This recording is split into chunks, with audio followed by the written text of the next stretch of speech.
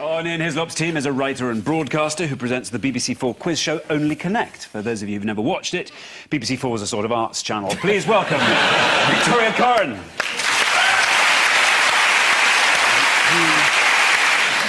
The makers of Scrabble have announced proper nouns will be accepted from July. Oh, there's a good one. July. 42 on a triple word. It will be 45 on a triple word. Oh, would it? 8, 1, 1 and 5 for the Y. 15, 45. Tile counting. I'm just saying. It's incredibly exciting. They said, we're going to announce the election, and then they did. Yeah. And it was brilliant. May 6th, which is Tony Blair's birthday. Something to celebrate. What better present than to see Gordon Brown comprehensively beaten? Absolutely make his day. No, I think everybody's just very depressed about it, and it's like, it's sort of, you know those tennis matches, those great tennis matches where you think it's a real shame for either of them to lose? It's like the opposite of that.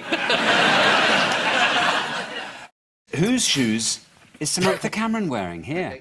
Her own shoes. Yes. You can't say her shoes, don't be ridiculous. Well, I can tell you now, she's wearing 3-inch heels by LK Bennett. There we are. Yeah. They love shopping at LK Bennett, the leaders' wives. It's just expensive enough to be chic, not so expensive not to be normal. In a homage to Victoria's shameless BBC 4 rip-off of our Odd One Out round, it's time to Only Connect. It's nothing to do with the Odd One Out. It's connected things. There isn't an Odd One Out. Ours are all connected. How can it be a rip-off? That's a libel. It's not a libel. Trust me. They used to have it. Women are generally scared of stuff. Ah, no, they're not thick-skinned enough to be interviewees on the Today exactly programme. Right. Exactly Although right. The editor good. of the programme on Today said, I didn't say that. What I was saying, trying to make the difference between being a newsreader on television and being a journalist on the radio, and being a journalist on the radio need a thicker skin. I think he's the one with the problem. I think it's like man flu. You know, he's a radio producer of a not terribly difficult show, so he has to say it's the most difficult thing in the world. It's like fighting a war. It's like being in a submarine when the air runs out. Women couldn't do it. I can, though, because I'm special. Do you know what his name is, this man? Kerry Thomas. Yes. Victoria, would you like to be on the Today programme? Not after what I just said about its editor. I think it'd be awkward. You could handle it, though. You could do that, couldn't you? I'm not terribly good at an early morning start. If they move the Today programme to about midnight, I'm in.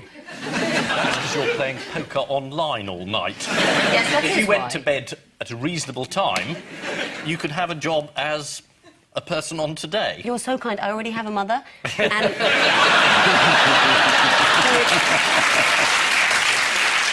Victoria, you live amongst macho men. Your world of poker is completely testosterone-driven, isn't it? Oh, yeah, they'll be all tough and macho over the table, but if you say to them, you look a bit fat in those trousers, they run screaming away. I can see why, in the Olympics, you'd have male and female categories. I think sitting in a chair in a studio just going, right, what's my next question, this, I don't think it's going to be gender-specific whether you can do that job or not. And I think, don't we broadly think that men are the ones who are a little bit more sensitive and delicate and need looking after? Also, women are really brilliant at talking, so they should get the job. The number of female astronauts being launched into space this week. No fewer than 3 women lifted off from Cape Canaveral on board the space shuttle, although there was an embarrassing moment when they all turned up wearing the same outfit. Fingers on buzzers, here's the first clue to your last story. It's all pants. Not the new Olympic logo, is it? It looks like it. Is it the women in the space shuttle's husband's underwear waiting in the laundry basket for them to come back? Are we going to try and...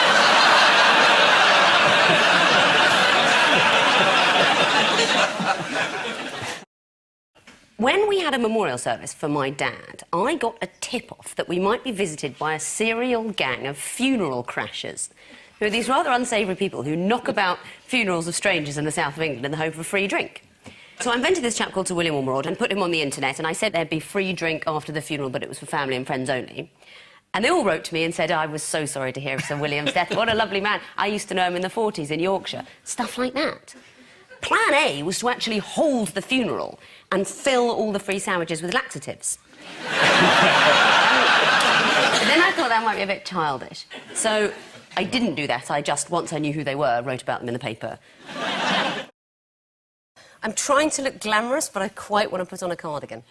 And it's quite... I was just saying, I'm trying to work out whether I'm more likely to be cold with fear or hot with embarrassment. Let's do a straw poll. Cardi on or off? Oh, hello. Oh, we got the loaded crowd in. I think if you look at me, you'll find that the choice between cardigan and looking sexy does not have to be made. Right, guys? Oh. Cardigan on or cardigan off? Yes, the ultimate feel-good story about the release of the trapped miners. Not just the relatives, don't forget the mistresses. That was the big story a few weeks ago, that Which might be women coming were up. starting to turn up who weren't the wives. I assume that's why the miners all came out in sunglasses. They kept going on about Christmas. This was the big promise, that they'd be out by Christmas. Yeah. Which is funny, these people have been sort of trapped in a confined space, looking at the same faces day after day, presumably bickering and fighting and trying not to kill each other, and now they get to have a family Christmas. Well, let's have a look at some of the exciting faces who are in the new Labour cabinet, first of all. I'm worried about this, but in my pre-recording anxiety dream, somebody asked me the question, which one's Yvette Cooper and which one's Theresa May? And I woke up screaming. It's going to happen now, isn't it? It is going to happen now. Victoria. Yeah? Who's this? It's neither of the two people that you feared it might be. Right. There have been two big policy rows recently, haven't there? Child benefit Yes. and how to pay for higher education. And in one case, you're not going to get it above a certain level, and in the other case, your children are going to have to pay. So they're both solved. End of. Anyway, they've saved £1 billion. OK, and they're spending $13 billion on a fortnight of sport in 2012. Yeah, good Sorry, point.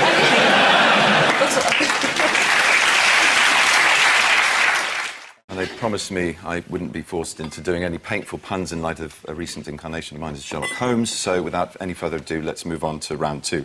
The round of the Baskervilles. Buzz when you know what the story is.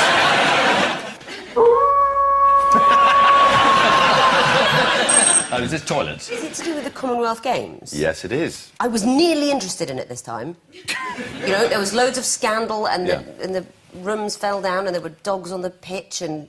Did you stop watching once the sport began? Yeah. An agency called Ooh La La has been criticised for its plans to open a holiday resort in the Maldives staffed entirely by blonde women. According to one newspaper, the resort is going to have young blonde women as waitresses. Sounds fun, I might go. Young blonde women as reception staff. Could be interesting. And young blonde women flying the aeroplanes to the resort. I think I'll give it a miss. Do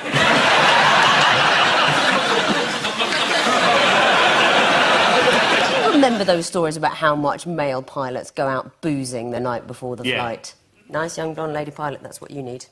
Flying the plane.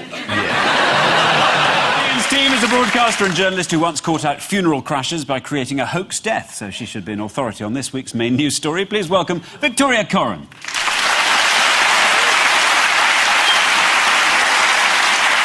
Guess this story. I think he is genuinely dead, but we're not allowed to see the picture. Do you know how long it takes to Photoshop a terrorist who died 7 years ago to make it look like he was recently shot in the eye? You've been on the internet again, haven't you? Yes, they got him. I expect that's the trouble over. Mission accomplished, it's all done. 10 years in, all over. They showed those people in Times Square all shouting USA, USA. I wasn't sure if that was a response or they just turned the cameras on and that's what's always happening. Do you have that picture of them watching, that was weird, in the Situation Room, watching it on the television? We do, yes. It's a fascinating picture because you don't see what it is they're looking at. You see, Hillary Clinton looks so thoughtful. I like to think that if you look the other way, it would just be Michelle showing them colour swatches to the new Situation Room. I like that other woman as well, right at the back, just peering in. She's got, is this human resources?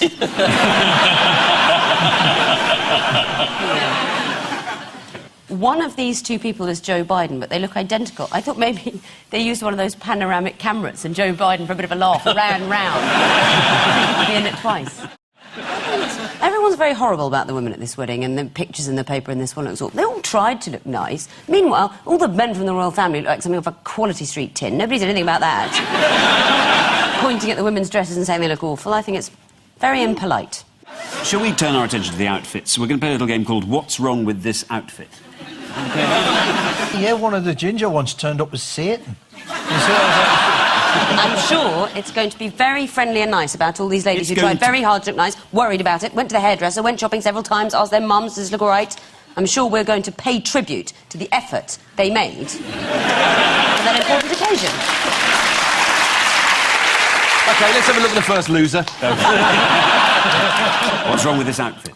Well, it's lovely and cheerful, isn't it? Nice colour, very flattering. No hat. She didn't have a hat on. She didn't have a hat on.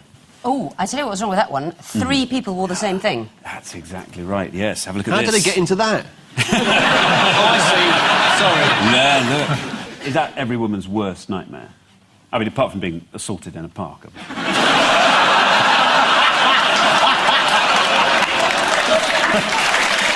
It's become a fashion item worldwide. Everyone's wearing it, as we can see from this picture on Twitter.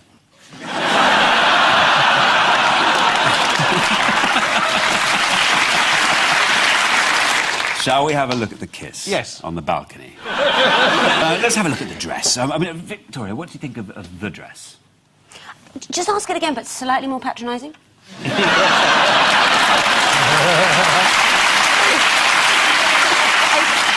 I had a bit of a spat with Michael Winner on Twitter because he made some remarks that I'm sure he meant as compliments.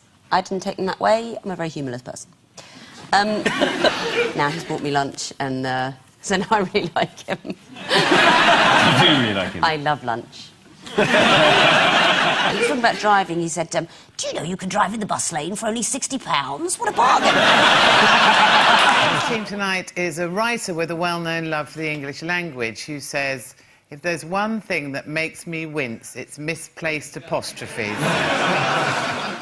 I typed that out myself. Please welcome Victoria Coren.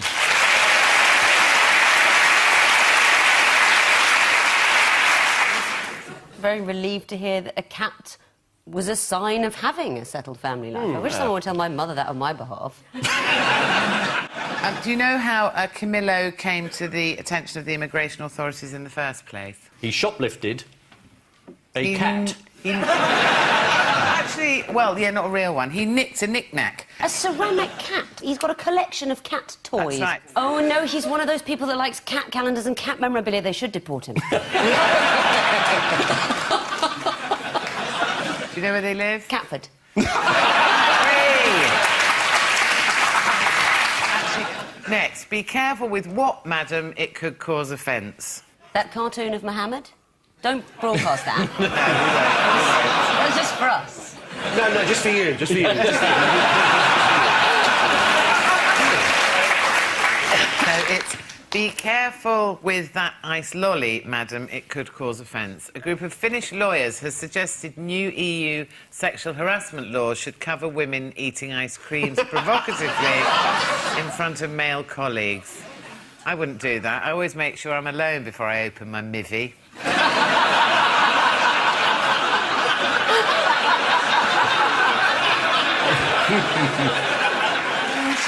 With Paul tonight is a writer, broadcaster and poker player who recently won the €5,000 event in Monte Carlo. Of course, that was way back in April when the euro was actually worth something. Please welcome Victoria Coren. I managed to catch quite a heartwarming moment about halfway through when the Queen almost smiled. I have a feeling she was there thinking, I've been given someone else's day out by mistake.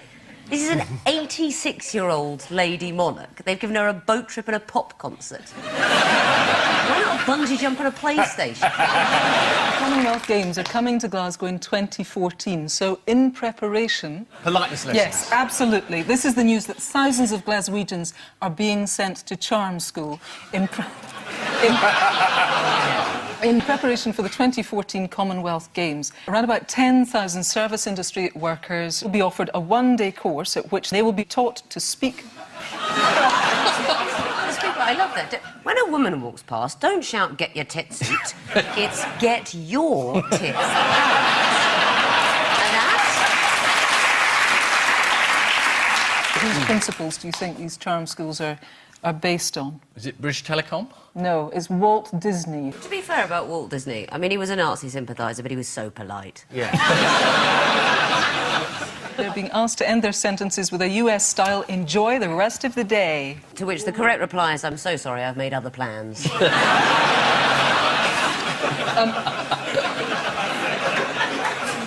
Pig is the national animal of the Ukraine. It is a Ukrainian pig. It's also a psychic pig. Psychic pig! And it's named Fun-Tik, and it's been unveiled as the successor to Paul the Octopus. Exactly. Football, my special subject, you should have said.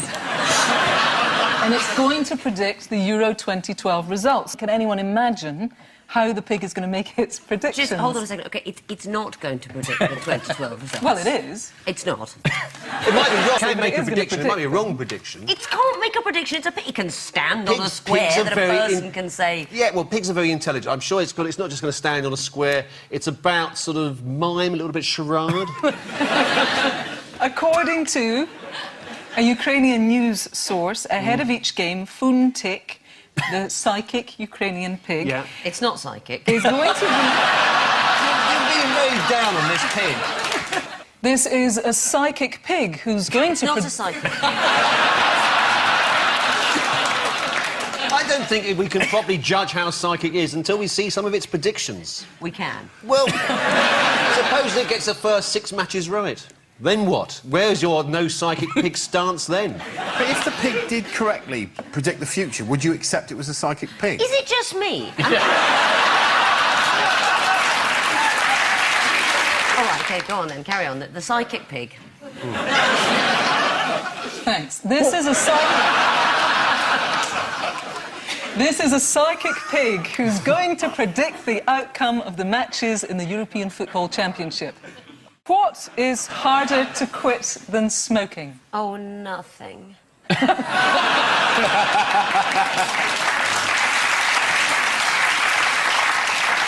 With Ian tonight is a writer and presenter whose engagement to comedian David Mitchell was announced in The Times. Sounds a bit old-fashioned, but it only got there because a News International journalist had hacked her phone. Please welcome Victoria Coren.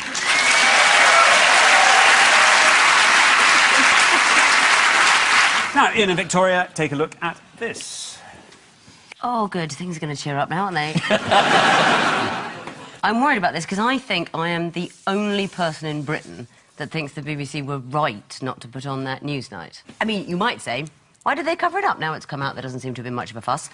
But I genuinely can understand how, if you were in charge of an organisation like that and somebody had just died, you wouldn't necessarily think it was the right thing to put out a programme saying they were a child molester. I think you should be a bit careful what you say about people who aren't there to defend themselves, and I think it must have been a difficult decision, and I think the BBC would have had a really hard time if they had put it on. If they didn't put it on, they're getting a hard time anyway. That's certainly novel. I'm glad so many of you agree. Yeah. I totally agree that, you know, we should be looking at the managers of the hospitals who gave him a room and whatever, but the BBC employed him for 50 years. They cracked him up, they did nothing about what he got up to. That has to be remedied. You cannot say, oh, it's unfair on the BBC. That's why the Director-General is in front of a Parliamentary Select Committee. The whole thing is about, was it pulled because the BBC thought, we can't disrupt our Christmas schedule, we can't piss on our own 50-year parade of Isn't Jimmy a Great Guy by putting out a programme that's saying, actually, he wasn't. Look at this. Were you hoping our answer would be funnier than this?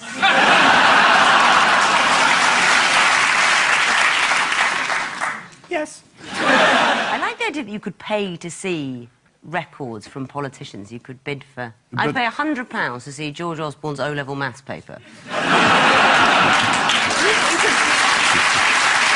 could do it as a sort of telephone. According to the National Fraud Authority, the greatest risk of data theft is personal information given by women shopping for clothes online. Luckily, none of the information is accurate.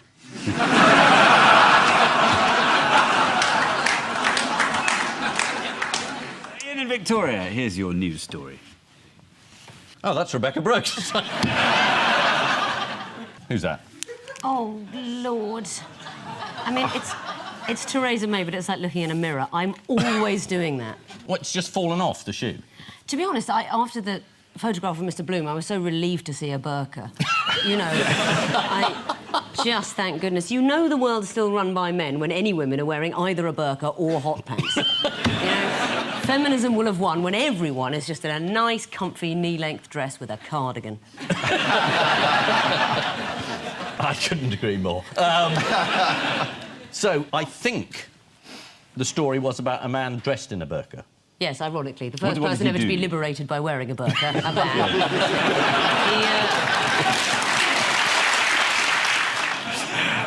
According to the Times, the tags had been stretched, pulled, twisted, or subjected to wiggling. Criminal They said mastermind. The tags did not appear to have been stress-tested to cope with a devout Muslim who prays 5 times a day. I like the idea of being subjected to wiggling, like your stag night, Mr. Bloom. There was a lot of wiggling that night, I can tell you. Can we see the picture again? Yeah. Oh, bless her. She's doing such a good job of smiling, isn't she? Oh, I know. Amazing. Well, I was a good-looking dude in those days, Victoria, I can Well, you're tell you. very good-looking now. Oh, very kind But of it's you. possible that standing there in just her pants while a man in a suit rubs his face in her tits wasn't the greatest night of her life. On the subject of air travel, what did we learn this week about women pilots? Oh, God. I don't know. I'm just dreading where this is going. No one knows? They're better.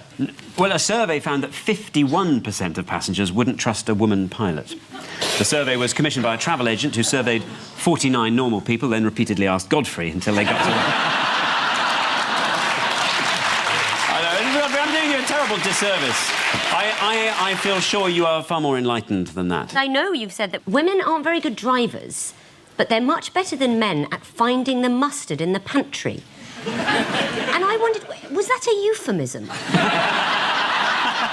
Like, have you often found yourself, you know, with women and you feel like you've been rummaging for ages in the pantry and... You know, she's screaming, you just can't find the mustard. Is that... where that came from? I tell you, are we talking French or English?